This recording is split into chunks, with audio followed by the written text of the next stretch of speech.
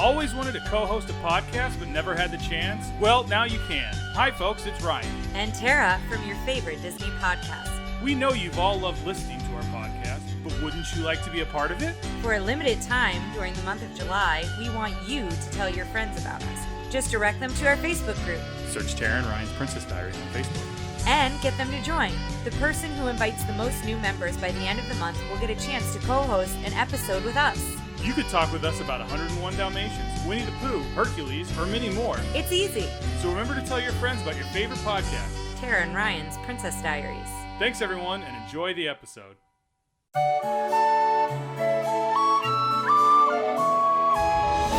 I'm Tara. I'm Ryan. We love Disney movies. So we decided to watch them all, from Snow White to Frozen 2 and beyond. Each episode will watch a different Walt Disney Animated Studios film and tell you all about it. Did we like it? Does it hold up? Who's our favorite hero? Or villain. We'll give you history and fun facts about each movie. And sometimes we'll invite our friends to watch along with us. So put on your tiara or your evil crown and join us on our adventure. This is Tara and Ryan's Princess Diaries. Hello, listeners. We are so pumped and excited. Well, I don't want to speak for Ryan, but I am super pumped and excited for Cinderella. You're coming in hot. I am. Well, here's the thing is, like, I have nostalgia to Cinderella, like it was when I watched a lot growing up. And listeners, I kind of... today, it's welcome to Tara and Ryan's Princess Diaries. Today we'll be doing Cinderella. Oh, I'm so sorry. Well, we kind of plugged it the last episode. Yes. So if you've listened to the last one.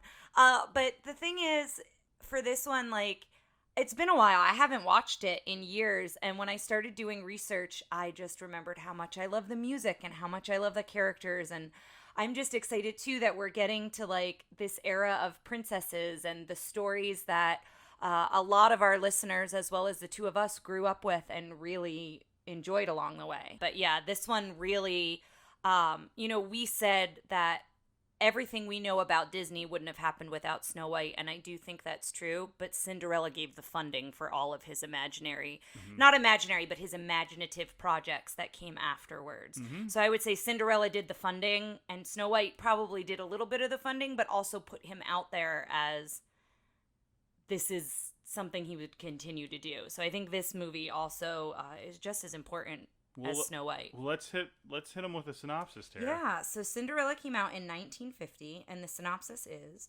when Cinderella's cruel stepmother prevents her from attending the royal ball, she gets some unexpected help from the lovable mice, Gus and, is it Jacques? I can't remember if it's Jacques or Jacques. Or Jacques. It's Jacques or Jack. It's not Jacques. Jacques. Although, when I was... There's a certain member of these documentaries you keep seeing who's I forget his name, but he's foreign. I think it's French of some sort, or maybe kind of a French-speaking country. Because he goes... I remember in the thing he said Jacques. He said, when she talks to Jacques, and then someone else goes Jack. And I was like, got it. Huh. So it's lovable mice, Gus and Jacques, I'm going to use his term, and from her fairy godmother. So that was the last line. And this is something we started, I think, with the last episode, but in 1950, the top three movies were King Solomon's Mine, Annie Get Your Gun, and Cheaper by the Dozen. Do you know what the fourth top-ranking movie was? All About Eve. Cinderella. Oh, cool. The reason I guessed All About Eve is because I have some Oscar information, so I was curious. It got a 97% on Rotten Tomatoes, and going to the Oscars, it was nominated for 3. It did not win any. It was nominated for Best Music, Original Song, and the original song was Bibbidi Bobbidi Boo.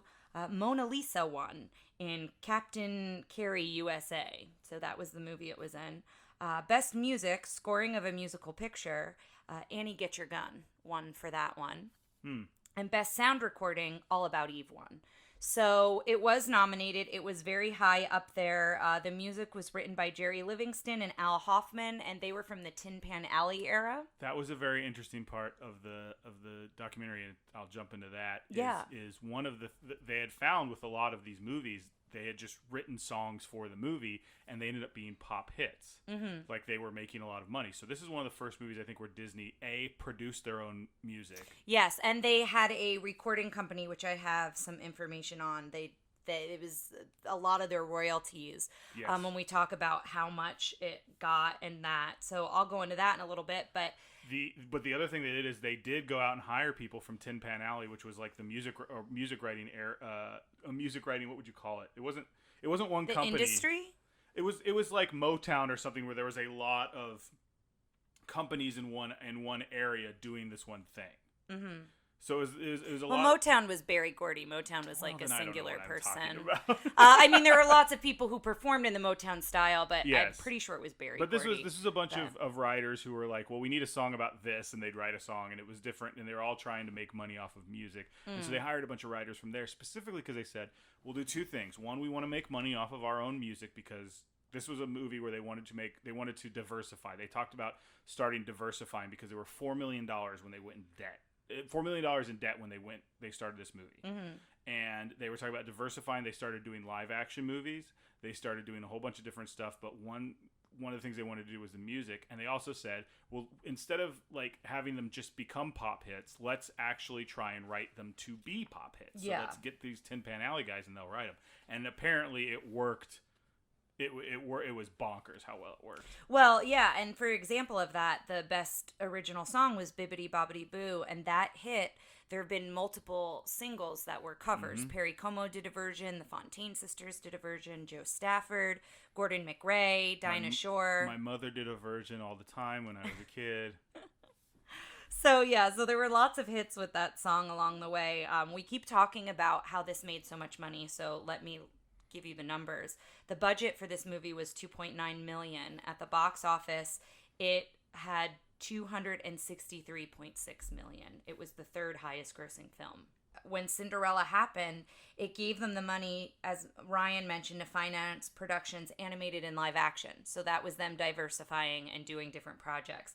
They established their own distribution company during this time after they got that money, and they entered production to begin building Walt Disneyland. So that also, a lot of the money went to that.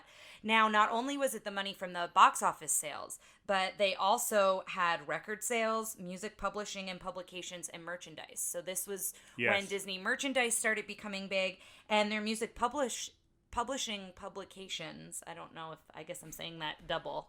But basically, we're doing our best, guys. We are, yeah.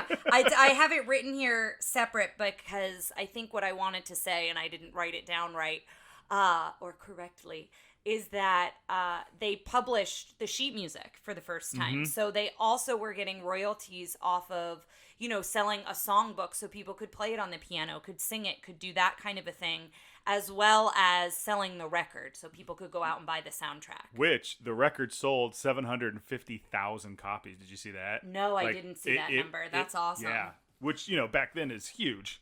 Yeah, it's still an impressive number. I think if you look at it in terms of all the other numbers along the way. So yeah, there are a lot of interesting things that came from Cinderella, and pushed it forward.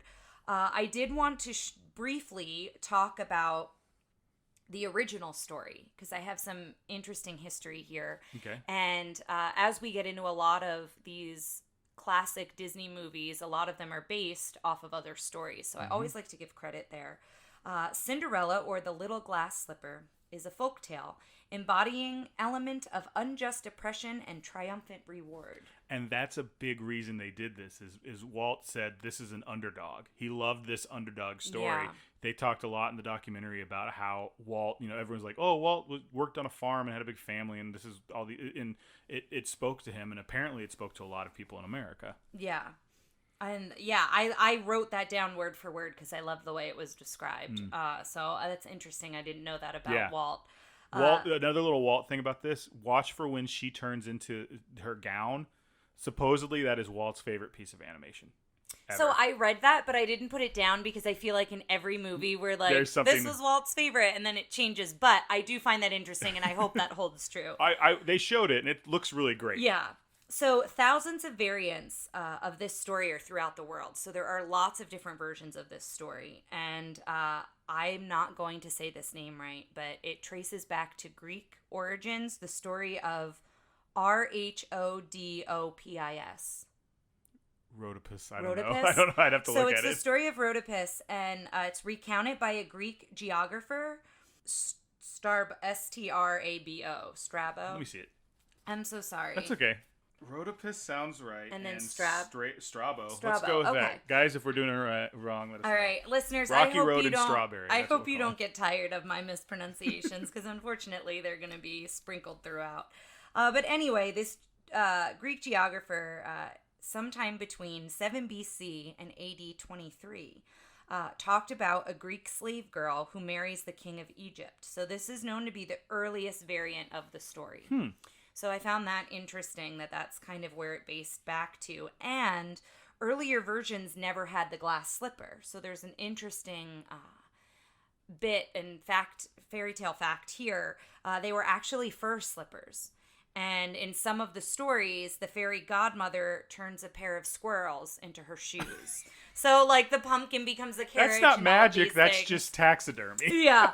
So, basically what happened was, and I don't know who it was who misread this, like, where it changes, or if Disney, when they were doing the story for Disney, they changed it. So, Disney might have credit to the glass slipper first. I don't think that's true. But whoever was interpreting, it was French, the story. So, it has a basis in France and in French, and the Cinderella in Disney is supposed to take place in France. They don't explicitly say France, but there are a lot of nods and hints that it is taking place in France. So the word, I believe it was whatever the word for squirrel was, it was either squirrel or fur, is a word that many years later was not commonly used in the French language. So the person who was reading it misinterpreted it as the word for glass, which is similar.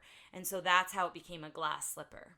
So I believe it became a glass slipper before Disney because the story is known as the Little Glass Slipper. So I think somewhere along the way somebody interpreted it, misinterpreted it, and it became the glass slipper. And then Disney's really the one who made the glass slipper so famous. Right. This is a big 9 old men. Yes, yeah. I don't know if was it the first? This Okay. is the first time that the 9 old men, I believe, all worked together. And it was just... Yes, yeah. Yeah. The first time that they worked together. And the documentary, which we'll put up, is really good because it actually goes through and it shows what everyone was in charge on. Frank Thomas was the one who did Lady Tremaine, but before he had done Bambi and Pinocchio and a lot of the like lighter characters, it was interesting that he got moved over to the villain because he said, I guess Walt saw something in me that I didn't, that everybody else didn't. Ollie Johnston did the Stepsisters. Frank and Ollie, there's a documentary on there about them, and they're like, they were best friends until they died. And is that on Disney Plus? I believe so. And Okay. It's also, if you see The Incredibles, there's a scene where near the end where the Incredibles save the day, and it just cuts to these 2 old men, and they're like, "Oh, that's old school. There's no school like the old school." And it's this weird scene where you're like, "Well, that's the weird 2 old men." That's supposed to be Frank and Ollie. Oh, okay. Ollie Johnson, the Stepsisters, a guy named Wolfgang. Oh no, I didn't write what he did. Never mind. Cut that out. Wolfgang worked on it with them. He did. Wolfgang Ritterman, the guy named Wooly, they called him, and then Ward Kimball, who I think he's in a lot of these documentaries. He did the mostly Lucifer, and it was funny because I have a story on this too. It might be the same story, so go ahead. Well, it was just like everybody else because they filmed the whole thing live action and then kind of used it as reference. They didn't rotoscope it. Yeah, I read it 90% of the movie was done in live action first before animation to keep costs down. Obviously, all the human parts, but they couldn't live action Lucifer and the mice. Yeah. So that became Ward Kimball's thing because apparently everyone in the thing kept going, yeah, Ward wouldn't have done realistic stuff anyway. He would have done whatever he wanted. And he kept going, yeah, I don't want to do that. Like they essentially just found something for him to do. And it's interesting to watch because it's very much, and they do this a lot in Disney films. I think I talked about it in Pinocchio, but there's a bit of, there's 2 different animation styles going on here. And they meld well. You don't feel weird watching Cinderella talk to the mice, but like they're very cartoony and she's got more of a realistic look. Well, and the other thing, since you mentioned Lucifer, I'll mention this. He was modeled after Kimball's cat. His cat name was Feetsy, Yes. Feetsy. And supposedly the story goes that Walt was at his house to talk shop about the movie, and the cat wouldn't leave him alone. The cat kept brushing up on Walt's legs, and Walt was not a cat person. So the cat was clinging to him, and finally Walt said, "For gosh sakes, there's your Lucifer right here." Yep. So I loved that little story of, Kimball, I guess, had looked at a lot of different cats and didn't feel they were right, is what I read. And then that's kind of how it came to be that Feetsy was the inspiration. I think this was Frank Thomas who said this. This is just something kind of... He kind of throws this story out there. Has nothing to do with Cinderella, but it has a little bit to do with Cinderella. So apparently Frank and Ward and maybe a couple of the other guys were in a Dixieland band called the Firehouse 5+2. Love that. And it cuts to a picture of young Ward just sitting at his desk playing with a trombone on his mouth. And apparently they would introduce themselves at gigs or whatever and be like, "Yeah, we're animators." And you go, "Ward here drew Lucifer," and everyone would go, "Oh yeah!" All the women loved it, and I go, "I drew Lady Tremaine," and I drew Lady Tremaine. Everybody be like, "Boo." That's hilarious. The other thing I wanted to note about the carriage, and so if you're going to watch the movie, if you're listening to this and then you decide you want to watch the movie, this is something I want us to look out for, and also a little tidbit for the listeners to look out for. The carriage at the wedding. So at the very end, when they go away in a wedding carriage, wait, what? There's an emblem.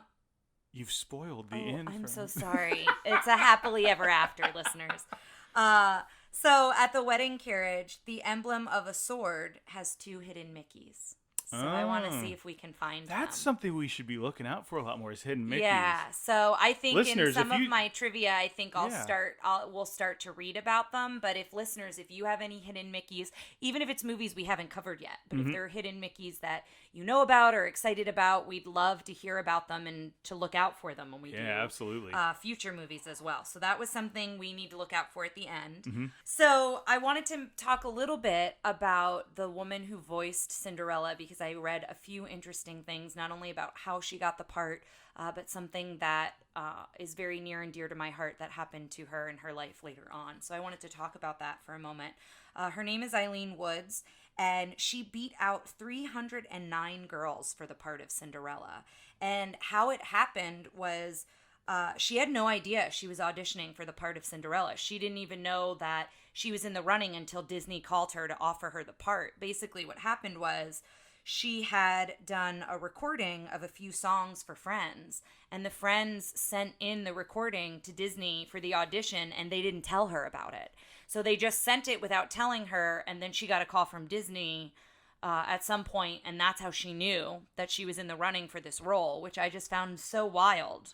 Can I jump in with another story? Yeah. When she went to the premiere, she had a 3-year-old. Her son had turned 3. And it's funny because the way she told it, I didn't realize. Like, they recorded all her stuff like 3 years earlier, right? So she goes, my son was old enough, and then when she appears and starts singing, the kid, he like stood up on his chair and was like, "That's my mommy. Aww. That's my mommy." And apparently the people in front of him like turned around and were like, smiled at him and then went, "Isn't that adorable? He thinks his mother is Cinderella." Oh, that's funny. like yeah, because they didn't. The mom was like, "Yeah, he does." Yeah. Oh, that's sweet. The other thing I wanted to mention about her, and this is something that for me personally was a really special thing to read. Eileen Woods lived with Alzheimer's in later years, so she lived with the disease. And during this time, her nurses mentioned that she did not remember or recall that she played Cinderella. However, they said that when "A Dream is a Wish Your Heart Makes" would be played, it comforted her. So it was something that calmed her down and comforted her. And listeners, I've briefly mentioned what I've done in the past, but I'm a music therapist and I specifically work with those who live with dementia and Alzheimer's. And being able to see a song of importance or a song of great meaning or connection, and being able to watch somebody calm down or become less irritated or become more relaxed or just redirect it and focused in singing and dancing and enjoying the music, however they connect to that piece of music, is so important, especially as the disease progresses. And I just found that story so special that obviously Cinderella was special to her, and she put in a lot of time and hours on it, and that song stayed with her even all those years later. So I just wanted to mention that. I think that feels like a good place to watch the movie, if you agree. Yeah, I have a few more things, but I can save those for later. Okay. I did want to point out that if you guys are doing this the same way we are doing it, I ask you to listen carefully to the voices of the fairy godmother, Lady Tremaine, and the narrator at the beginning, because they might, if you're a Disney fan, they might be a little famous to you, a little familiar to you. Wonderful. So, Great things to look out for, and we'll look out for the hidden Mickey as well. So, listeners, we'll see you on the other side.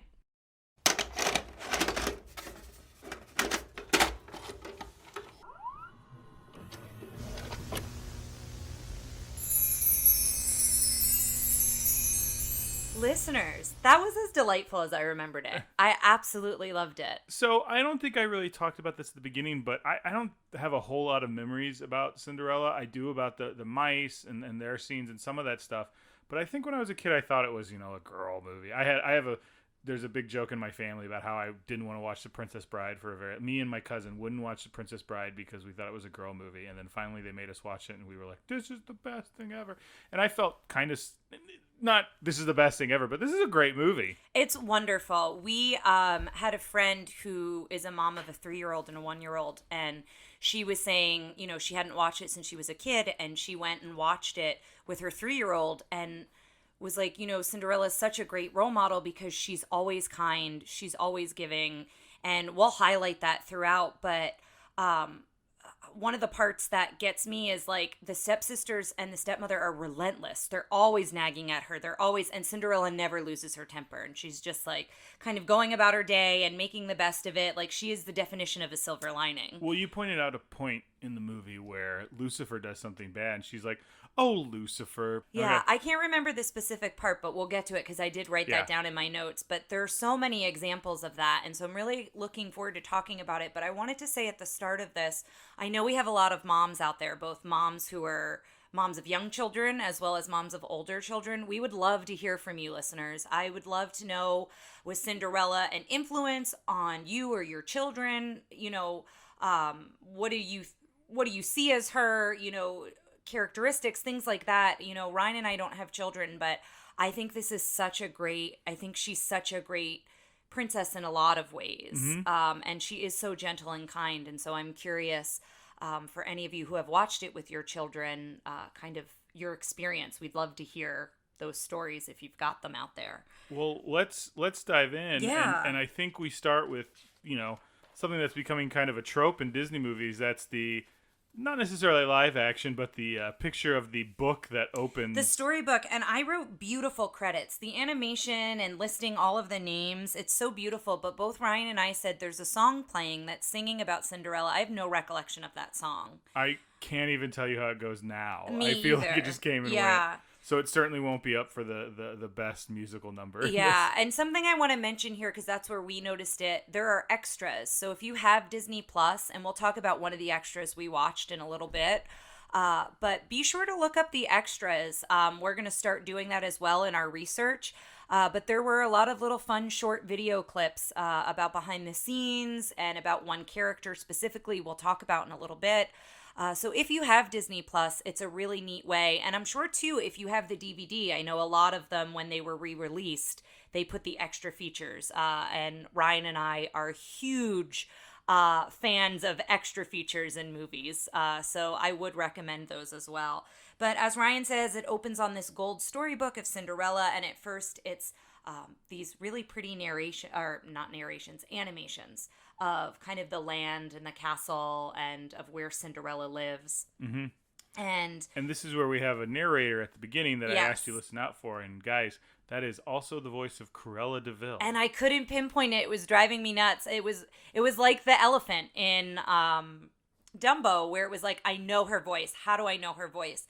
And it was the same with the narrator. So it is fun to make those connections and see that Disney uses those voices. But it starts off telling the story of kind of the backstory of Cinderella. This, as Tara pointed out, this all takes place in about 24 hours. Yeah, so it's a 24-hour story once the narrator stops. Yes. Once Cinderella is grown, when we see her. So but before that, Cinderella is with her father, and her mother passed, and her father thought that she needed, to have a motherly influence in her life. So she remarries he remarries to a woman who had children, 2 daughters the same age. And the narrator describes the daughters as awkward daughters. Yeah, her two awkward daughters. And I don't know then- why I said that like a man. It was. Yeah, it was a woman narrator, but Yes. yeah.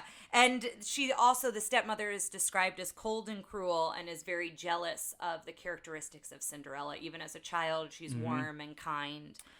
Well, and so eventually they say the father passes, and then Cinderella eventually turns into a servant for the family. And the whole estate kind of goes to ruins. Now, this is something interesting because while we were watching this, I was looking up IMDb stuff about the live action Cinderella, and her character is named Ella in that movie, because Cinderella, if I remember correctly, was not her name in the story. Her name was something, but it was the cinders was the fact that she was constantly covered with soot. And sleeping, I think in one version of the story, she slept in the sleeps. fireplace, Yeah, or not in a But open, like but by like the in the hearth cinders, or whatever. yeah. So she was covered with soot, so that's why her name's Cinderella. Yeah. But they don't really mention that here. They don't That's talk just about her that name. here. And so the next scene we see. This is when I made the joke to you that we get to see what it's like trying to wake Tara up in the morning. Yes, I wrote "Feel Ya, Cinderella" as my note. So basically, it opens on the tower. We're told that kind of this state has gone to ruins, but Cinderella's keeping it in really good shape because it looks pretty good overall. I know they said that, but the whole place looked very nice. I know. But it opens on the tower, and the birds, I so remember the birds opening her curtain. So you open the curtain, and she has a view to the castle, and we, of course, want to highlight that the castle that we see in Cinderella is the very famous castle in Walt Disney World. So a castle that has lots of memories for lots of folks out there. Listeners, I'm going to give another shout out.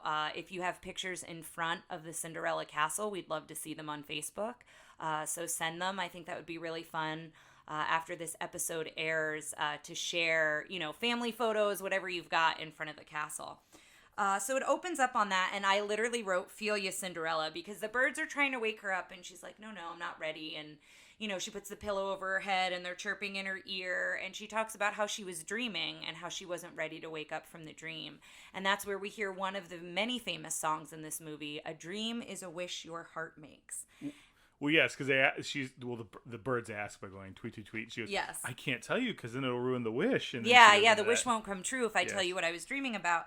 And so all the birds come to sing and listen, and that's where we're introduced to the mice. And so this whole sequence is her getting ready in the morning with the melody. Mm-hmm. Either she's humming or singing the lyrics to "A Dream is a Wish Your Heart Makes." And before she starts getting ready, the clock chimes. And I love that whole phrase that she says. I can't remember it all, but she calls the clock a killjoy, and it's time to start another day. And her just kind of being like, oh, it's, she's happy, but she's more just like, I want to be back in dreamland versus like the reality of starting my day. Well, because her reality sucks. Yeah, her reality's not great. So that's as she's getting ready. And Ryan asked this. I had a nurse who, in assisted living, when you're giving like a sponge bath to somebody, she used to call them bird baths. And I always loved that term. And so I use that now if I'm referring to a bird bath and using it with care with music. And the birds put a sponge in there and soak it up. Bring it out, and then bring it over to Cinderella. And so Ryan asked if that's where she got the term from, and I have no idea. I wish I was still in touch with her. I'd love to ask her that. It's interesting to me that there's this very specific sound they're doing whenever they do someone talking underwater, when it's Pinocchio and Jiminy underwater. Yeah, I wrote that down, kind of like the gurgling or garbling she sings as the water like pours over her. Because at first I thought it was like they were legitimately like drinking water and doing it, but she's just singing and then it changes to this. So I'm almost I'm going to do a little study and see what I can find about this noise. It sounded like her voice, but maybe not. I don't know. No, it is, but I'm saying it sounds like they're putting a filter. Oh, I see. But I don't know what they could and couldn't do back in 1950. Yeah. So apparently, one thing they could do is the noises for the chipmunks from the Alvin and the Chipmunks album, because that's what a lot of the mice sound like. I love the mice's language because they mispronounce. They don't mispronounce, but the way they pronounce words and kind of the way that they have a shorthand with each other, you still understand what they're saying. It's like a very specific pigeon language, and they have they say they shorten things a certain way. And they Jacques repeat stuff. Jacques is the one who's always like Gus Gus or I wrote it down somewhere. He repeats a lot of things. Do we figure out if it was Jacques or Jack? She says Jacques, I think, in the movie. I think that's how she refers to him. You know what? We're going a little international with this either way. We'll try. Well, speaking of which, he comes to Cinderella. Is this the point where he says there's a mice? Yeah, so Cinderella, I noticed this. He starts talking about how there's a mouse in a trap, and she opens the door saying that before she knows he's in a trap, she opens the door saying, "Oh, there's a new mouse. We need to get him clothes." And that's where I don't. We need to get her clothes because he thought it was a girl. But I don't think I ever put together that Cinderella makes all the clothes for the mice. Like I either forgot about that or didn't realize it. But she goes into her drawer where her sewing stuff is kept, and she has all these little outfits. And yes, she gets the dress first. And it's interesting because I think this movie is kind of Snow White's the same way, but it's like this impetus of like, why do the animals like the princesses? And in this case, Cinderella is specifically doing good deeds for the animals. They don't just like follow her around. She saves the animals and she dresses them. She gives them a place to live. She feeds them later. Feeds them. So he warns her that Gus is in the trap, and so they go down and they get Gus, and she puts on his shirt and it kind of rolls up because it's a little snug, and she helps make it fit for him. Well, it shows that shot of her looking in the trap that we'll post that I was like, this is horrifying. It is horrifying seeing it's a very her close head up. so big. But then she names him Octavius and Gus for short, and then that's when Jacques is like, Gus. And so he repeats Gus, but then he also starts warning him about Lucifer. So before we even see Lucifer on the screen, the cat, the mice are talking about him and how he's scary and how you need to watch out for him. But he's a good narrative device to bring, because he becomes, it's funny, instead of just all this stuff happening, now Jacques is like explaining everything to Gus, aka explaining everything to us, the viewer. Gus, us. Ooh. So we go about following Cinderella through her day. So we see how she's getting the house ready. She pulls the curtains. She doesn't wake the stepsisters or the stepmother up yet, but she's doing all of that. And then we meet Lucifer, who is one of my favorites. I love Lucifer so much. He made me laugh so many times in this. But he is so smug from moment one that we meet him, because she's trying to get him up. He's got his own like very regal bed next to the stepmother, and she keeps calling him, and he like puts his tail and his butt in her face and like goes back to sleep. And she's like, "It's not my idea for you to be fed first. Like, this is the order. Like, this is what I was told to do. Like, come on, like, stop making my life difficult." So finally, Lucifer like goes down to the kitchen, and then that's where we meet Bruno, the dog, who plays a pivotal role later on in the film. But I completely forgot about Bruno's existence. And Bruno's dreaming, which Lady looks like Bruno when she dreams, and we always say she's chasing squirrels. But in Bruno's dream, he's chasing the cat. He's chasing Lucifer. And so this is one of the times where Cinderella is like, Lucifer's got good qualities about him, and then she can't really think of one, but she's still trying to be positive about Lucifer, even though Lucifer kind of makes her life miserable along with the rest of her family.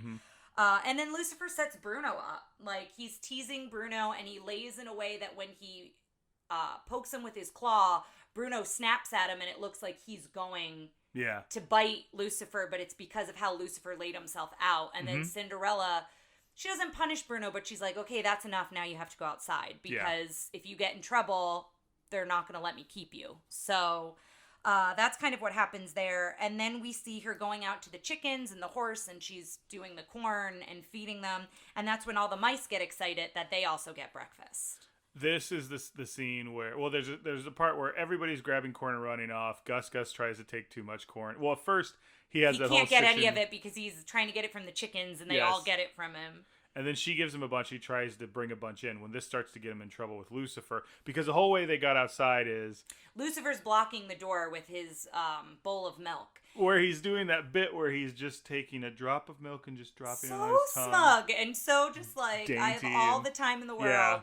And so Jacques is like, one of us needs to lure him away to these holes in the wall so we'll be safe, but he'll be focused there, and then we can all go. And this is the first instance, and I tried to write it down every time I saw it, but I love how they use their tails. They use their tails in such creative ways, but one of the first ways they do that is they all put their tails together like they're sticks. like Well, when it's like one droid draws the short straw. Yeah. You know, to see who. That's how they pick who's gonna lure Lucifer. They wrap them all together, and Jacques grabs one, From and then the top. everybody unwinds, and whoever he's got his own. Yeah, and then Gus is like shaking his head, like, congratulations. So excited, and all the other ones look like they're sending him off to his Yes! death. They're all like crying and I holding think the their music hats. does a legit funeral dirge Yeah. at that point. So then you've got Jacques going and luring Lucifer. So they all get out there and they all get corn. And then when they're coming back, that's when Gus drops all the corn. And then Lucifer is now distracted by Gus and not Jacques, who's in the wall. And I also think it's a new mouse, right? So I think Lucifer is also more intrigued by Gus because he's never seen him before, right? Yes. So it's... Well, and he's also fat. It's a big meal. He's a little plump mouse, yeah. So, well, this is the scene, and there's a lot of physical stuff here, but this ends with a scene where Gus is hiding under teacups, and Cinderella keeps going up and rearranging them, and Lucifer keeps looking under to see which one he is, and he does this one thing where he, like, looks where he should be, and you can clearly see Gus there, but he looks at the wrong part, puts him down, and then realizes Gus is in that one, and then goes... does this, so like, crazy excited that he found Gus, and then Cinderella comes in and is fixing because they're the breakfast trays. And that's... Hold on just one second. I think that's Ward Kimball who did... Well, he did Lucifer. So yes, that's Feetsy. He did what? Feetsy was his cat. Yes. So Ward Kimball did that sequence, and it was funny because in the documentaries, everyone was like, that's a sequence that we weren't really aiming for in this movie because they were trying to do a little bit more real with the other characters. Yeah. And they were talking about essentially he showed it off and everyone was like, oh, I wish we could do that. Yeah, it was really good. And this is also when you hear all the bells ringing. So there are bells that go down to the kitchen that the stepmother and the stepsisters can ring to notify Cinderella. But in addition to ringing, they're also like shouting her name. Yes. And my note is she's so calm. She keeps her cool so well. She's just like, just a minute, I'm coming. Like, she never has a temper, which would not be the case if it was me. Like, eventually, I would be like, enough, guys. Well, I made the comment with you where I was like, what's the downside of her not doing these? Like... But that's the thing is, I think she's so good-hearted. Right. She just, like, she wants to... I don't even know if it's people-pleasing, but it's like, well, this is my lot in life, and this is what's being asked of me, so I'm going to do it to the best of my ability. You know, earlier she said she was very nice about about Lucifer and stuff. I don't think she ever says anything mean about her stepsisters. No. About her stepmother. She doesn't say anything cruel about anyone. And, you know, there's something to be said about... It doesn't even feel like she's just rolling over and taking it. No, I don't think so. I think she's always looking for the silver lining. Instead of focusing on the negative, she's always looking at the positive. And I will say I do that to a certain degree, but she does it like 10 times better than anyone I know. So she goes up with the trays. She's balancing one on her head and two in her hands, one in each hand as she's going up the steps. And Gus is still under the teacup, and only Lucifer knows that Gus is under there. And this is where we see her lose her shoe for the first time. She loses it on the steps going up and then just quickly slips her foot back into it. But it's a nice little nod to what happens later. And then she drops off the breakfast trays. And then we hear the stepsister screaming, and they both immediately go into the stepmother's room to tattle on Cinderella. Well, she puts it in each of the three rooms, and then Lucifer, you can tell he's waiting to hear which one screams. He's waiting to hear, so he knows where the mouse is. Yeah. So as they run out, I believe Gus runs out too because Lucifer traps Gus.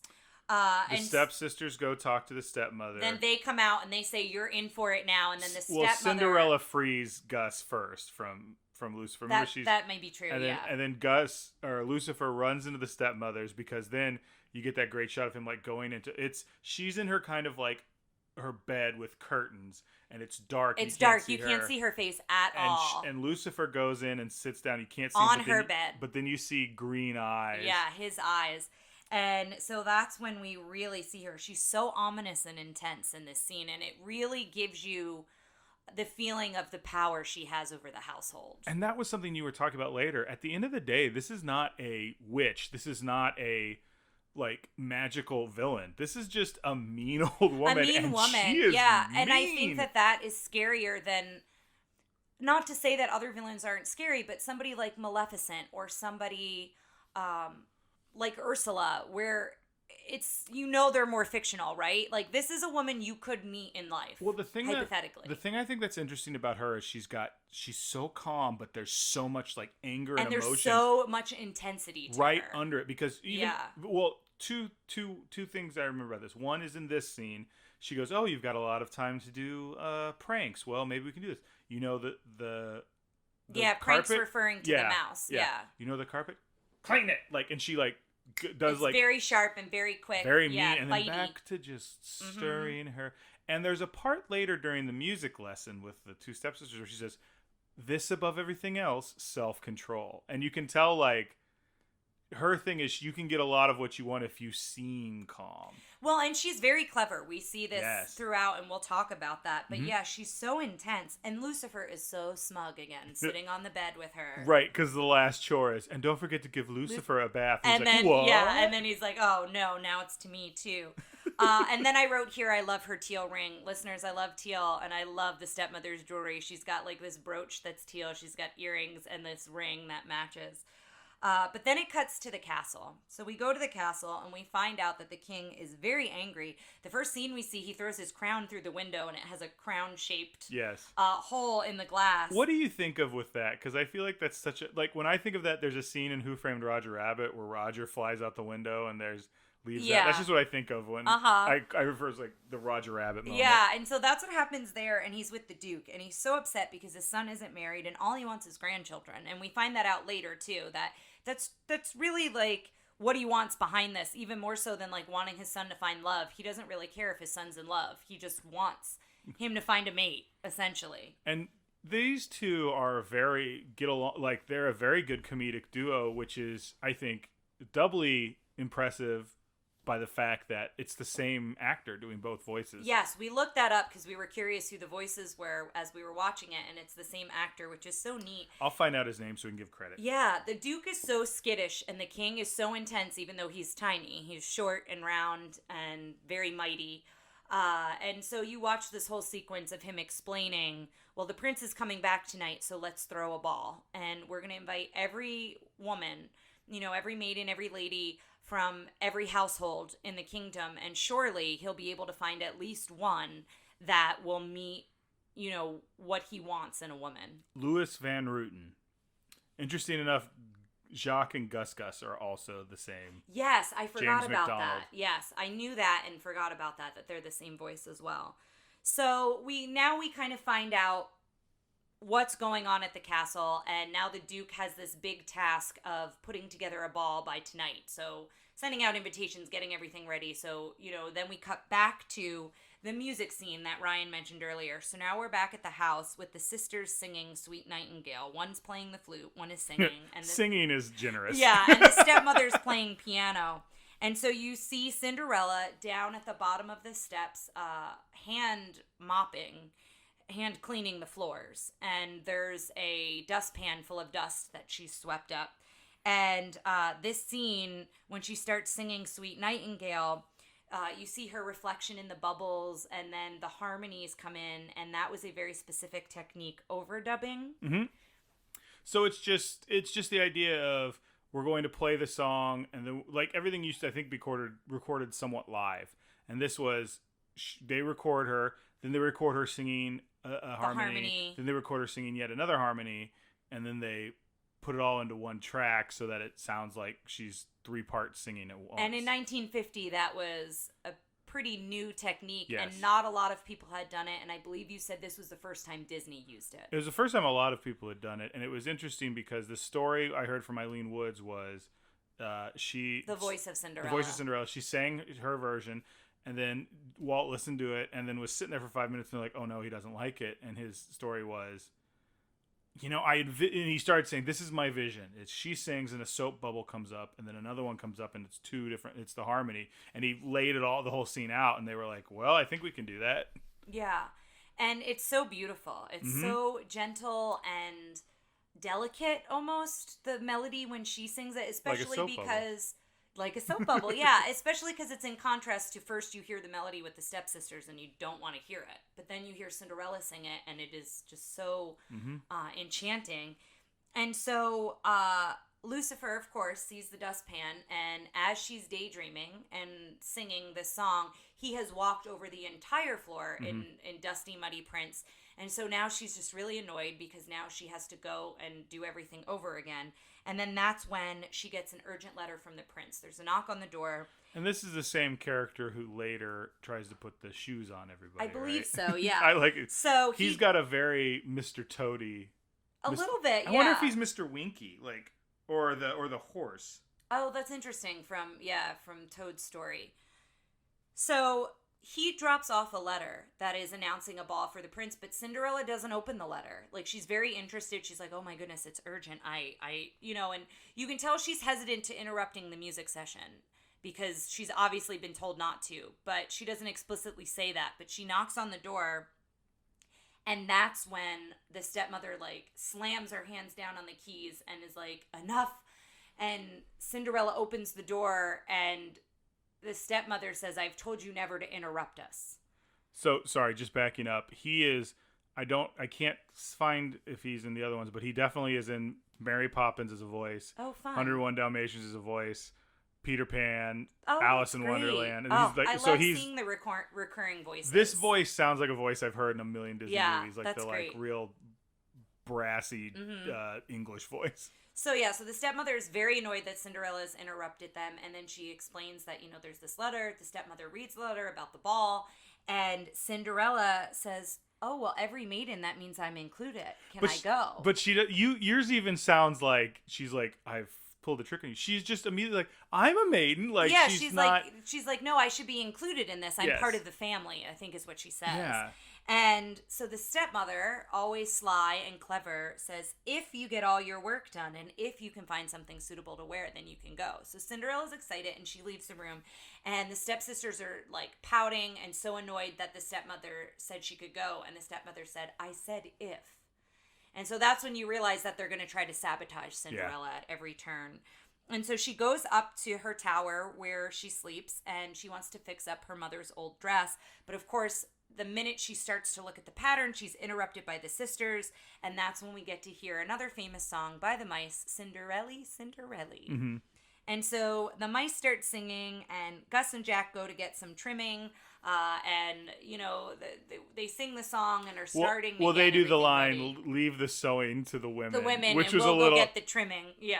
Like, again, if we're really looking for, like, trying to find something that's not great in here, that might be that, but no. Yeah. I just thought it was funny. Leave the sewing to the women. They're like, okay. And so then we go back to what the stepsisters wanted, and they're complaining that they have nothing but rags to wear, and so they're throwing things down on the ground they don't want, and one is a pair of turquoise beads, and another is a pink sash. And so Gus, and Jock are like, oh, we're going to grab those. Like, they don't want them. We're going to use them for the dress. And then this is when Lucifer and the mice come into play again. And he's sleeping, and they're trying to grab it ever so quietly, and then he wakes up. Yeah. So it's this whole sequence of a cat and mouse game. Yeah, this is one of those very physical sequences. That Lucifer sits on the beads, and there's this whole thing, and by the end... going back to Tails, there's a part where the beads all break, and they're trying to get all the beads Yes, together. I have that written down. Yeah. And they string them on their tail to carry them out. They also lift each other up by their tails, like when they're going up the steps and things. And the other thing I wanted to mention in this sequence is Lucifer gets stuck in the arm of a white blouse, and he looks like a snake, like trying to go after the mice a little bit with the way he's kind of stuffed into that sleeve. There's an earlier snake bit where he's following the tea trays that Gus is under, and he goes up the stairs, and he goes, and he does it like... Yeah, he slithers almost. It's really gross. And so then we go back to the dress, and the mice are so clever. Like, the animation, it was really thought out on how do we get the mice to look like they could actually do this. So you see the birds holding the apron, and the mice are in the pockets so they can sew and they can move up and down the dress to work on it. It's teamwork with sewing. You love that part. Yeah, the one of them is poking them in, and the other one's inside the dress ducking and taking it and poking it back out. Passing the needle back and forth, and then the thread and the needles are in the shoe, and they lift the shoe up so they can get different thread and things like that. And so I just love that whole scene, watching them make the dress. And so then now the clock chimes, it's 8 p.m. So it kind of skips ahead, And people are arriving. We see them at the castle. Tara was really focused on the time. She's like, how much time is she going to have at the ball? I know. I need to know. So the carriage arrives out front of the house. And Cinderella, announces that the carriage arrives. And the stepsisters are like, oh, you didn't have time because you had to do all the work? Like, and they're not ready yet. And they literally had nothing to do all day because they made Cinderella do everything. And so she goes up and she's really sad. And all the mice say surprise. And Gus says, happy birthday. Yeah. And Jack's like, no. And they surprise her with the dress. And so Cinderella is so excited. And she throws on the dress. And right before they're about to step outside, she goes, wait for me. And the sisters start throwing a fit that she's ready, that she's coming with them. And then the stepmother immediately notices the beads. Like, she's not dumb. She notices the beads and knows that they're one of her daughters. And so instead of saying that, she walks over and she goes, what lovely beads. They really put the look together. She has some line like that. Don't you think, Drizella? Yeah, and it's to bring attention to Drizella because she's not picking up on it, to be like, hey, these were your beads that you threw on the ground earlier. And so the stepmother instigates the whole fight. She lays the groundwork for the stepsisters to go over and be very ugly and ripping at Cinderella's dress and pulling everything apart. Yeah, it's really mean and cruel. But I just mean the way it's animated, yes, it's cut. Yeah, it's very aggressive. There are parts where they really put you in Cinderella's shoes, because it looks like they're attacking the camera. It's very emotional, yeah. They're looking right at the camera and pulling and things they're out. ripping things. And so then the stepmother cuts it off. Again, nothing happens without her say so. And so she goes, that's enough. And then they just go off on their way. And so Cinderella is so upset. And she goes out to the garden, which I believe is the garden we see in the beginning when she's with her father and the horse. I think that's the same fountain. And she goes out and she's under a weeping willow, weeping, like very upset on this bench. And all the animals are sad for her. And then all of a sudden you start to see these twinkles and sparkles come around. And she's so defeated at this point. She's like, well, what's the point? Like, what's the point in dreaming? Nothing ever happens. Like, she's very, this knocked her down. Like, she's so positive, and this got to her. And that's a big deal for this character, because it just feels like the dreams and her ability to dream is the thing that got her through this life. And now she's like, I'm done. Yeah. And then the fairy godmother appears, and I wrote, she was so normal and okay with all of a sudden her head is in this fairy godmother's lap and just starts talking to her like she knows her. Yeah, she's never like, she is kind of like, but she seems like someone had just like popped around. But like, if it were me, I'd be like, and who are you? Like why did this person apparate? As they're talking, she's like, oh, you must be and I believe the fairy godmother says, that's right, dear, I'm your fairy godmother. So eventually they get to that point, but she is in no way surprised that the fairy godmother just like appears like this. It's just interesting because the idea of a fairy godmother is so ingrained in popular culture and vernacular but it comes from this point. And if you actually watch it, there's not really a big explanation of what a fairy godmother is. I guess it's something from fairy. Like that's what I'm wondering. Was it something that people knew about? Listeners, if you know it, shoot us an email, but we'll also maybe do a deep dive or do some searching on... Well, yeah. Because a godmother and a godfather, if you take the fairy part out, are another set of surrogate parents, essentially. Yeah. Depending on your culture and your faith and that sort of a thing. But it is interesting to see maybe where the origins of fairy godmother comes from. Now, before we go into the scene some more, speaking of deep dives, I think we should talk about the little film we saw. So this was one of the extras. Yes. And one of the extras... we highly recommend checking it out. Yes, it was so good. It's like a little over minutes. 11 or 12 minutes. And it's called The Real Fairy Godmother. And it talks about how that character came to be. And one of the animators, he based the fairy godmother on what he thought his wife would look like when she was older. He used her characteristics and kind of her mannerisms and you see her when she's older, and he nailed it. Like, he really saw it. And her name is Mary Alice O'Connor, and you find out, I believe he's Kendall O'Connor is the animator, but you find out that she was driven to help others from a very young age. So you find out that she has done all of these good deeds and all of these things for other people in this documentary. And I don't want to give away too much because I do recommend watching it, but one of the things we found interesting, she ran households of famous people, and one of them was Basil Rathbone, the narrator of the Mr. Toad segment of our last film. So we found that interesting, and she also worked with the Hollywood Canteen, somewhere that soldiers could go during World War II to watch entertainers and different things like that. And so they tell the story of her life. Yeah, she ended up being known as the fairy godmother of Burbank. Yeah, because she did so many good deeds and fundraising and all these things. One of the fun quotes I think her husband said was, she'll do any job as long as she doesn't get paid for it. Yeah. Or something like that. Yeah, something like that. And it also goes into how the carriage was done, and instead of drawing animations, he actually built a model, so you get to see that, and that's really cool. And this extra is all from the narration of her children, as well as students of her husband, one of the animation students. They talked about a scene where all his students, because after he retired, he worked at California Institute of Art, I believe. Yeah. And he brought in a bunch of students, and there's a picture of John Lasseter and Brad Bird, which I thought was interesting. I don't know if they were there to celebrate him or if they were his students, but either way, like, they seem to be influenced by him. Yeah, and so you find out that he really captured his wife's personality as well as her looks as he designed her and animated her for Cinderella. And I can't recommend it enough. I got very, very teary.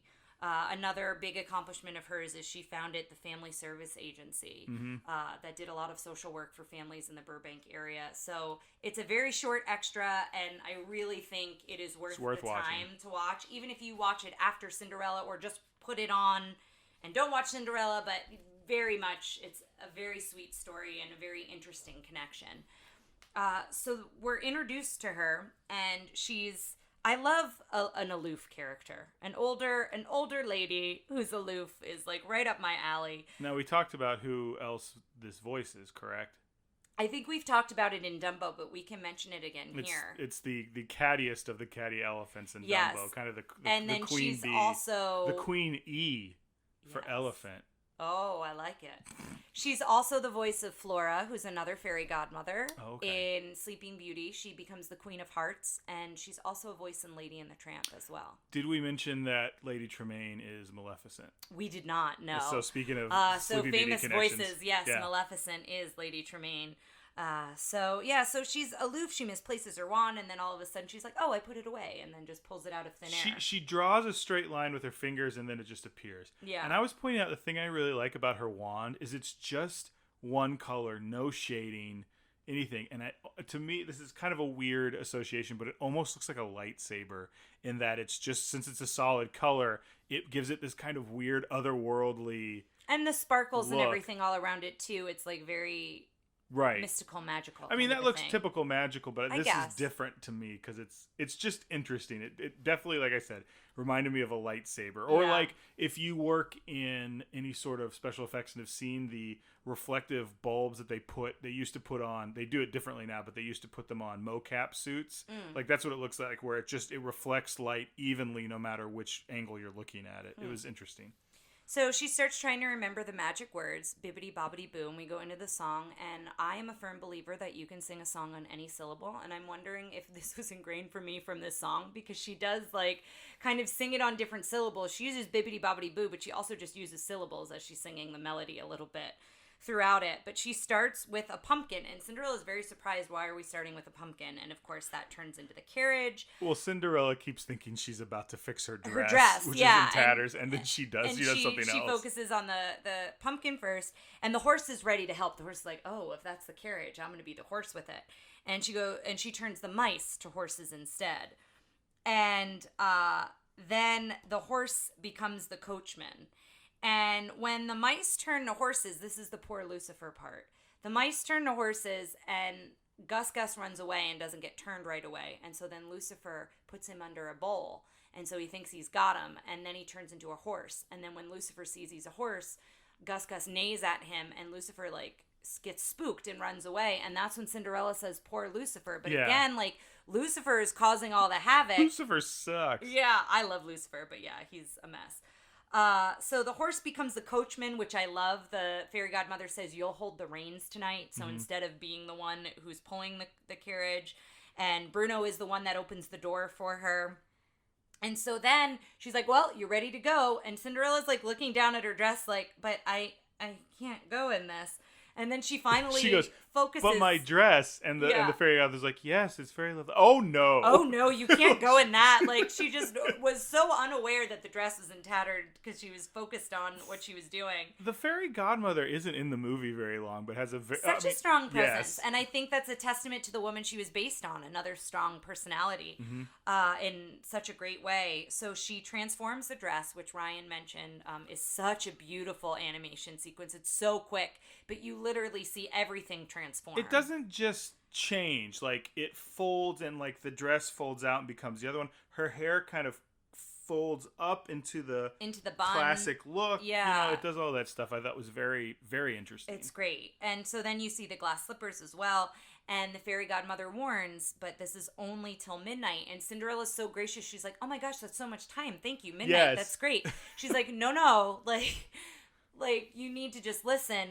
The spell will be broken. Like, everything will be done at midnight. So you need to remember that. She's like, oh, okay, thank you so much. And then she goes on her way. But I did like the way she played it of like, thank you. Yeah, she's so grateful and gracious for this gift she's been given.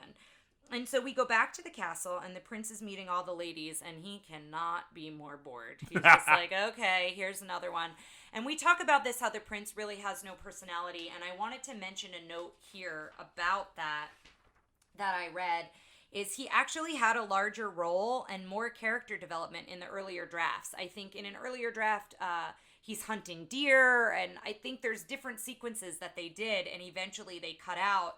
And supposedly, these elements of his development will be used for Kit, which is the live-action remake. So it's the Prince in the 2015 live-action remake. And the reason I'm saying supposedly is because Ryan and I have not seen the live-action because we were waiting to watch this Cinderella for the podcast. So we will definitely check it out now that we have seen this Cinderella. But I am curious to see how they developed his character a little bit more, because he really is nothing. I'll be honest, I wasn't waiting to watch the... Oh, I am. Well, maybe I'll watch it. I mean, now I'm a lot more excited to see it. I'm especially a lot more excited to see it since Kate Blanchett plays Lady Tremaine. Yes. And she's got to be... so good. Very fierce. So, he's meeting all of the different women throughout the kingdom. He's very bored. And we see Cinderella arrive. And all the guards, as she walks up the step... They're so steady. They don't move. They're so still is the word I'm looking for. But they slightly all look to the side to give her an eye, like, oh, she's different. Or, yeah. She catches their eye. And so as this is happening, we go up to the king, who is like so annoyed. He's like, he's got to find somebody. And the king and the duke are going back and forth. And then the duke is like, well, it can't all be magic. And he starts narrating exactly what happens, which is the prince sees Cinderella standing, in a far off part of the castle. And he goes up to her. He looks through the stepsisters to see her, because that's when they meet him.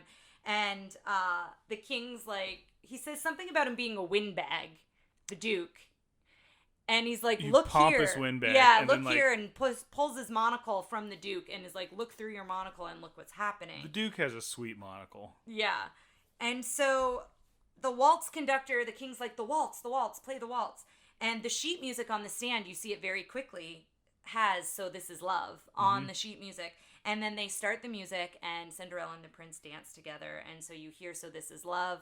And listeners, you may be surprised to learn, I was surprised to learn, this is Ryan's favorite song from the movie. I like it. It's a beautiful song. My favorite part, as I explained to Tara, was that the words are, so this is love, do. Like, I just like that part. I just think that's interesting. And this is where we first hear the prince. The only time we hear the prince. He says another line later. He's got a couple spoken lines. Yeah, but very brief lines. The prince in this movie is fairly non-existent. And so we hear, he sings with her.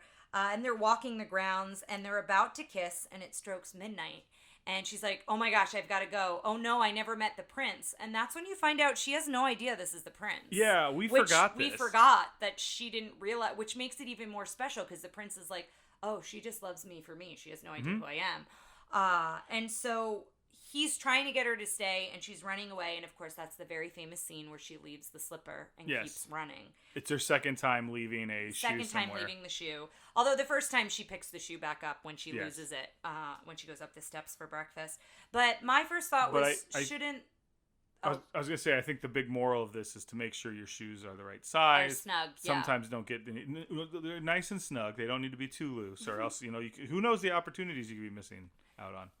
I mean, if they're too snug, then you're missing out on an opportunity, wouldn't you argue? If they're too snug? Yeah, because then they don't fall off. The whole opportunity is she leaves the slipper behind. That's the opportunity. Oh. Don't you think? No, that's a good point. Well, this has been an introspective deep dive with Ryan and Tara. But anyway, my first thought was, well, shouldn't the slipper change back to whatever it was because it was magical? And then we kind of had a sidebar that I agree with, that the fairy godmother knew what she was doing because Cinderella also gets to keep the other slipper. Sometimes that doesn't change back. Sometimes I think in storytelling it hurts to try and apply rules to magic, and sometimes magic just gets to be magical. And I like that the point of this fairy godmother was to help Cinderella, and they talk a little bit about it in the documentary we saw about the fairy godmother of Burbank, about her helping her, but helping her in a way that's just like, she tried to help herself. She tried a nudge. To do everything. Yeah, she's giving her a little nudge. And this was like, we're going to leave breadcrumbs back to you, but at the end of the day, and we'll get there, she still had to do. Yeah. So I like that, as we talked about it while we were watching it. And I wrote here, I love the animation of everything changing back. The carriage going back to the pumpkin, all the animals going back to who they are. And, we cut to Cinderella back in her rags, and the mice notice, Cinderella, look, you still have the slipper. And so that's when we see that she still has the slipper after all of this is done. And she's also talking about how much she enjoyed, because that's another thing, is like, Snow White just kind of like, ooh, you kissed me, and they go off and become... Yeah, like she's just like, oh, he was so nice, she and talks I never about met what the she prince, liked about him, but I loved this gentleman I met so much. And so then we go back to the castle, and it's the next morning, and everything is so big compared to how short and round the king is. Yeah, the bed is so big. Yeah. The doors are so big. We go back to seeing the king, and he's sleeping in bed, and he's dreaming about playing with his grandchildren. It's really all he wants. The tall stuff is kind of a good shorthand for opulence and that sort of thing. And it's feeling very ominous and intimidating. Yes. More so in Cinderella's home, it feels more intimidating. But it's also a very grand gesture in the castle with the prince and the king. And so the Duke is very nervous. He knows he has to go in and knock on the door and tell him he lost the princess. Lost this woman that the prince has fallen in love with. And the king is asking the Duke for all the information at first. The Duke comes in and can't get the story out that the princess is gone. And the king's like, well, did he propose yet? Did he do all these things? And Ryan was like, go ask your son. Yeah. It was very like, why aren't you talking to your son about this? The prince is not only a, minor part in the movie, he's a minor part in the world. Yeah, no I feel one like talks maybe to him directly. probably because the Duke and everyone else maybe raised him, and the king really didn't. I'm sure there's something like that, but not that makes it right. But anyway, the king basically goes mad. He goes wild when he finds out that she is vanished. She's like, treason! Yeah. Sabotage! And he goes with his sword and is like going after the Duke and breaks his monocle, and then they're jumping on the bed and they're like floating as they're having this conversation, and the Duke's like, but you don't understand. She left a slipper behind. And so then the chandelier falls. They get stuck on the chandelier. It falls, and then you hear a goofy laugh. Yeah, you and hear not the a goofy laugh. Like, you hear, I can't do it. Okay. Can you do it? I don't know if I want to. Try it, and we can edit it out. Okay. It's like, like something that. Like that. Yeah, that's closer than mine was. And wow. It's definitely you didn't give it to me. You were just like, it's closer than mine was. Because it's not quite it, but it was good. I'm sorry. My own podcast. Ay. So we hear that and we're like, hey, that sounded like Goofy. And then the Duke says, yeah, but the slipper could fit many girls' feet. And the king says, that's his problem. Like, the king's like, you just bring any woman you find who fits the slipper, bring them to the kingdom, and then the prince can sort it out, is essentially what the king says. So then you see this long decree on the castle wall outside the castle, and it's also the decree that the Duke will eventually read to the stepsisters when he shows up. So now we go back to Cinderella. So I found it interesting that the stepmother woke them up, because in the day before, the stepmother sleeps in, and the stepmother is the last one she wakes up, and it's clear that that's the way the stepmother wants it. But she has heard buzzing, or she's been up and about for some reason or another, and finds out that, you know, they're coming around to the kingdom, and they're trying to find the girl who fits this slipper. And so the stepmother wakes up the stepsisters, and she describes the whole story, because Cinderella still doesn't know that that was the prince she met. And she talks about how the girl left behind the slipper. And so Cinderella drops the breakfast tray, and then they're throwing all the laundry on her so they can get ready. And she is so goofy and dreamy looking. Her face. She just looks as this far off stare. She's like, it's the prince, like the man I fell in love with. Yeah. The person who also like loves me, like the person who wanted me to stay. My dream is coming true. But the look, it's such a good animation. It's such a good look. Because it's also, it's so out of character for her. Well, I don't know. It's just, she's just so slow and sitting there, and everything's being thrown at her, and it's so like frenetic around her. And well, I mean, like the animation is out of character. We've never seen her look like that. Is I guess more of what I'm saying, and it's such a good look. And the stepmother, of course, nothing gets by her. Oh yeah. She sees her looking like this, and she is stone cold. So Cinderella starts to walk away and is dancing and singing it, and you see the moment when the stepmother remembers, like figures it out, and it zooms in on her, and and not only does she have a stern look, but the lighting starts. She starts having like darker lighting, and you're right. It's just she's stone cold. I think we both said it. She was so intense in that moment, and we paused it to take a picture, so we will be sure to post that. If you guys are watching this, look and see if her eyes stay lit more than the rest of her face. I think they do. Yeah, in a couple scenes. In the scene later where she takes the key and things like that. And her eyes change color in that scene where she takes the key. I'm pretty sure they change color. Oh, yeah? At least I think that they did, but I don't think they did here. But they got very vibrant here. And then this is also where you see Gus is so fierce at protecting Cinderella, because he's like trying to protect her from the stepmother when she is realizing that it was Cinderella who left the slipper. Well, yeah, Cinderella goes upstairs, and then like the stepmother sneaks in behind her to steal the key, and the mice are trying to warn her. Yes. And she steals the key and locks her in the tower and heads back downstairs. One thing you're talking about with Gus being defensive of her, he keeps doing that like Curly from the Three Stooges, like thumbing his nose to like ready to fight. It's so weird. Yeah, he's so ready to be in Cinderella's corner if he needs to be, no matter what's going on. And so then the Duke arrives at the house, and Ryan noticed this, and we rewound it. Anastasia's smile when the stepmother introduces both stepsisters. Well, I also noticed, and I know listeners, you can't see this, but when they do a bow, they do this with their hands, like sign language for "I love you." They put like the index finger under their chin, and the pinkies are up, and they're like, yeah. And then the smile she does. I think they talked about it in the documentary I saw, but like, yeah. Which, by the way, okay, so they're showing all the people who play everybody, and they Anastasia is, I guess, still alive, or maybe they both were, and the other one didn't want to do it. But they show Anastasia, and boy, Tara, you need to see, like, she looks like she is. They just pulled her off of like a Vegas side stage. I love that. Like, she's just like, oh, I was Anastasia, and she's just like brassy, like it's great.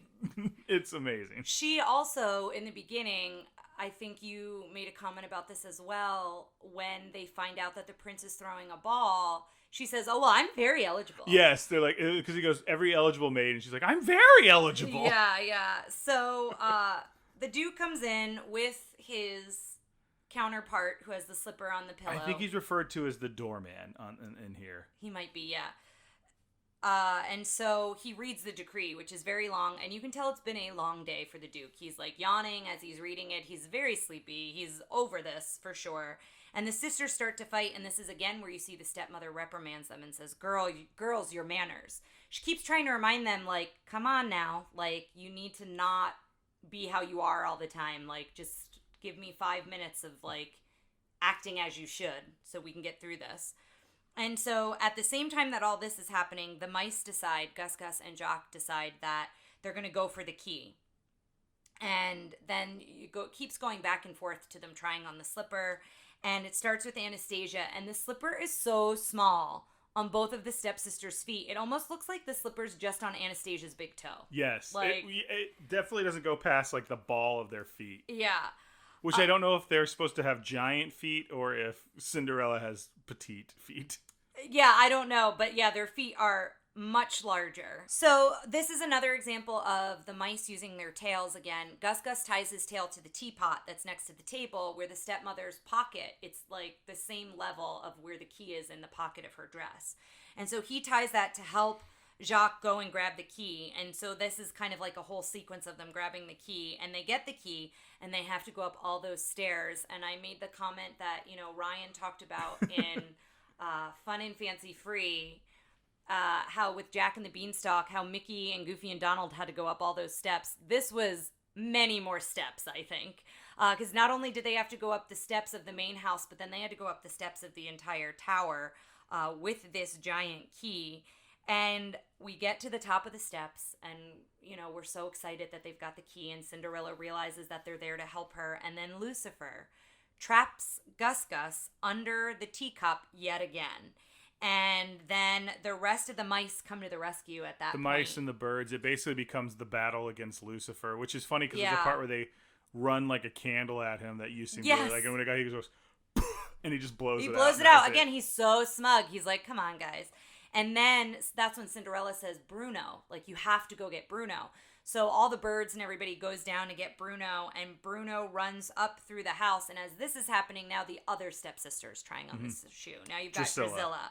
And Drizella, I think, yeah. Anastasia's a real name. Drizella is not a real name. Hey, man, you don't know. Do you know a Drizella? I don't know, but anyway. So now I'm curious, but now that's what we're gonna name our daughter. Is that what you're saying? No, but so yeah, so she could be DJ. Oh, okay. But that makes me think of Full House. Okay, it's out. It's fine. But anyway, so it keeps going back and forth. You're seeing them trying on the shoes. You're seeing Lucifer and what's going on there. And the Duke is asleep during half of this. And so a lot of the carrying on, he's not aware of. But then finally the doorman really takes it in stride. He's getting like kicked in the head and stuff. And he's just like going along with it. And then when the Duke wakes up, he's very much like, okay, enough of this nonsense. Does it fit or not? Because if it doesn't fit, I need to keep moving on. And that's when Bruno comes to the rescue, and he chases the cat out the tower window, and the last thing we see of Lucifer is him falling from the tower down to the ground. So I'm pretty sure Lucifer died. Now, what I did notice is in the the poster for the promotional for you liked Cinderella. Did you want to go ahead and watch Cinderella 2? And Lucifer's in it. So Lucifer survives. But my argument is, when they animated this in 1950, they had no intention of making that sequel. So I don't think that's another Disney villain that falls to his death. I think he's included in this. So the stepmother, as they're on their way out, they're like, are there any more maidens here? No? Okay, we've got to go. And she has a cane, and we've only seen her with this cane in this scene. And she puts the cane out and trips the doorman. I guess I should say, as he's leaving, Cinderella comes down the stairs. Well, that's the part I was going to I'm sorry. I apologize. I kind of jumped ahead a little bit. That's okay. These could always be a little shorter. There's the part where he starts looking through his monocle at Cinderella's feet, and he's like so excited. So actual normal size feet. They might fit. And so he sees her coming down. He's like, oh, there is someone else in the house. And the stepmother is so annoyed that somehow she got free. And that's when she puts the cane out and trips the doorman, and the glass slipper shatters. So the stepmother thinks she's won. She thinks she's won-upped Cinderella again and has been very clever. And Cinderella I don't want to say naively, but she's very just like, oh, well, would it help I have the other slipper? She's like, I've got the other slipper right here. Like, her whole life could change. Well, its whole life could change, and it's right in front of her, and she's just like, I mean, does this help? Like, she doesn't have any urgency. It's not from an ugly place. Yeah. And the stepmother's face when she pulls out that slipper. We're going to put that up. That is the one I think we zoomed in on more than the other one. We stopped and went back and we're like, look at that. It's so good. And then it cuts to the wedding, and we and see the them, second scene in the whole movie where the other love interest appears. Yeah, and we see them. They live happily ever after. We go back to the storybook, and the book closes. The mice seem to be living in the palace as well. Yeah, they're all dressed up. And I thought we saw the stepsisters living, but that must be another version of Cinderella I've seen. Right. I feel like I remember one where she invites them to come live with her. And they stay with her, but that must be another version. I don't know what it is. What do you think? But what I other agree version of with Cinderella have we seen? I mean, growing up, I think I've seen several different versions of the story in general. So, but yeah, that sums it up, listeners. Are you ready for the questions? Mm-hmm. Number one, how was the princess? Fantastic. Yeah, I think she's the best princess we've had. And I think she'll continue to be a strong contender. Oh yeah, she'll be as we move forward. What we measure the rest going forward. I agree. How was the prince? He's nothing. I was thinking about this, and I think the prince in this more represents Cinderella's dreams. I think he takes a sidestep, and I think that's good, because I think if you think of it of like she's falling in love with a man she barely knows, fine. We've established that's something that happens in these old fairy tales. But I think he represents her dreams, and I think that was what was more important, was these are these dreams she has to obtain. And that's where she's getting to. And her dream happened to be being a princess and marrying a prince, but I don't know that it was being a princess. I think her dream was to fall in love. And I think her dream was to be loved in return. She has not shown any love. Yes. Once her father dies, she's shown no love. Yeah, that's a good point. She didn't really have an ambition to be a princess, but hey, that's a hell of a perk. And I think in the lore of Cinderella, I could be wrong, but I thought her father was of royal descent, but I could have that completely wrong. I mean, I'm assuming she's Lady Tremaine, so he might have been a lord of some sort. Yeah. So I think there's a nobility there to some degree, but again, the stepmother, even if there was, isn't going to let her think that. Let's skip ahead. Well, let's do the sidekicks. So first, let's talk about the good guy sidekicks, which I believe are the mice. And the mice. Is the fairy godmother a sidekick? Well, you talk about her in a bit, but let's talk about the mice first, because I think they're a high standard. They're for great. Good The guy mice sidekicks. are a fantastic sidekick, and again, they're wanting to do good by Cinderella because she does good by them. And they're funny, and they're like add a lot of levity to the whole story, Mm-hmm. in a way that's not like distracting. Yes, agreed. The fairy godmother, we of course both love. She has a very small part in this, but it's such a striking performance. Bad guy sidekicks. Lucifer is awesome. Is top I notch. love Lucifer. The stepsisters are The funny, stepsisters are annoying to me. That's the point, I think. but they're a little too much. Yeah, I think I love Lucifer, and I could. You love to hate Lucifer. You legitimately hate the stepsisters. Yeah, like I don't care for the stepsisters. And the Duke and the King, also some pretty good, not villain sidekicks, but just kind of side characters that I thought were the were Duke. funny together. The Duke is very skittish. The King is very mighty. It's a funny Yes. pairing when they're together. And let's talk about the villain, because this might, like, I was shocked that I liked the Evil Queen as much as I did. I was Agreed. shocked I loved Lady Tremaine as much as I did. Agreed. She was powerful. She was, and I remember being scared of her as a child, and that's where we were talking about. I think it was because she was real. Like, to me, she could be like a mean person that you meet in your life, somebody who has like no love in her heart. Yeah. Like, there are people like that out in the world, and like you feel that from her, and you feel that from her through the whole movie, and I think that that's what makes it so intense. And I also think for anyone who is a stepmother out there, it's really hard because stepmothers get a bad rap, and I think part of it is because of her. Yes. Like, she has such an intense personality, this trope of like, the evil or the mean or the cruel stepmother. That's such a difficult role to fill, and there are so many amazing stepmothers out there, but I think she kind of set the scene to make it difficult for people, right? Exactly. What was your favorite musical number? I think we established I like the Cinderella music number better, but I think my favorite song is So This Is Love. Okay, so it's always hard for me. Here we go. Immediately it's Bibbidi Bobbidi Boo. I love that one. So I love go with the it. character. I love the harmonies, and So This Is Love. And the Cinderella is just like, it fills me with so much joy to see the mice like being happy and singing, and it's just a cutesy. I like that song. I think as well. Nightingale is also underrated. Oh, that's the yeah. Oh, see, listeners, I can never pick it. Yeah, Sing Sweet Nightingale is also really beautiful. How does it hold up with female character agency? I think it was fine. I think it was fine. Yeah. I think it's very focused on her. I mean, I think we go I think back she's to the... she's as independent as she can be because she is under such strict orders, but like she takes care of the entire house. Yes, and she's kind and she does all these things, and I like she's so positive. The biggest point I like is it was, I didn't know he was the prince. It was legit. She fell in love with this guy. Yeah, and I also think too, again, us not having children, but if you're watching this with children, just like teaching the manners of you cannot like someone, but you don't have to be ugly back to them. Mm-hmm. And I think that's a really important lesson that as an adult, like, you should carry with you, and it's hard to do.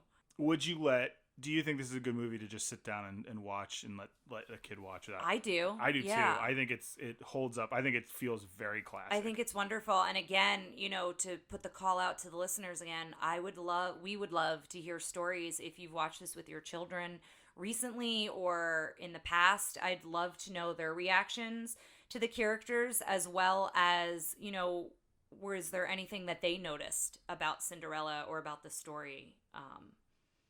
Because I do think it would be an impressionable story for children. Mm-hmm. So the big question, I think this one's an obvious one. Do we put it up? We put it in a clamshell? VHS it's prominent on the shelf. I agree. Mm-hmm. This is a really good one. Yeah, so our next one coming up, guys, is Alice in Wonderland. We'll have a special guest for that. We're really excited for Alice in Wonderland and just for this string of movies that we know hold a special place in a lot of listeners' hearts as well as our own. And remember, right now we're running a contest. If you can get somebody to join the Facebook group and you have the most by the end of the month, you will get to co-host one of these episodes. So you can become our special guest. I know, you could be a special guest. So keep telling people about us, keep listening, keep giving us good reviews, and we'll talk to you guys. We'll see you guys next time. Thanks for listening to Tara and Ryan's Princess Diaries. If you want to tell us your favorite Disney villain and why it's guest on, send us an email at trprincessdiaries@gmail.com. Or you can send a tweet about how great Maleficent is to @TRPDiaries. Check out our Facebook group by searching for Tara and Ryan's Princess Diaries. Tara and Ryan's Princess Diaries are available on iTunes, Stitcher, Spotify, Overcast, and many more. Wherever you hear us, please be our knight in shining armor and give us a 5-star review. Thanks again, and until next time, remember to always live happily ever after.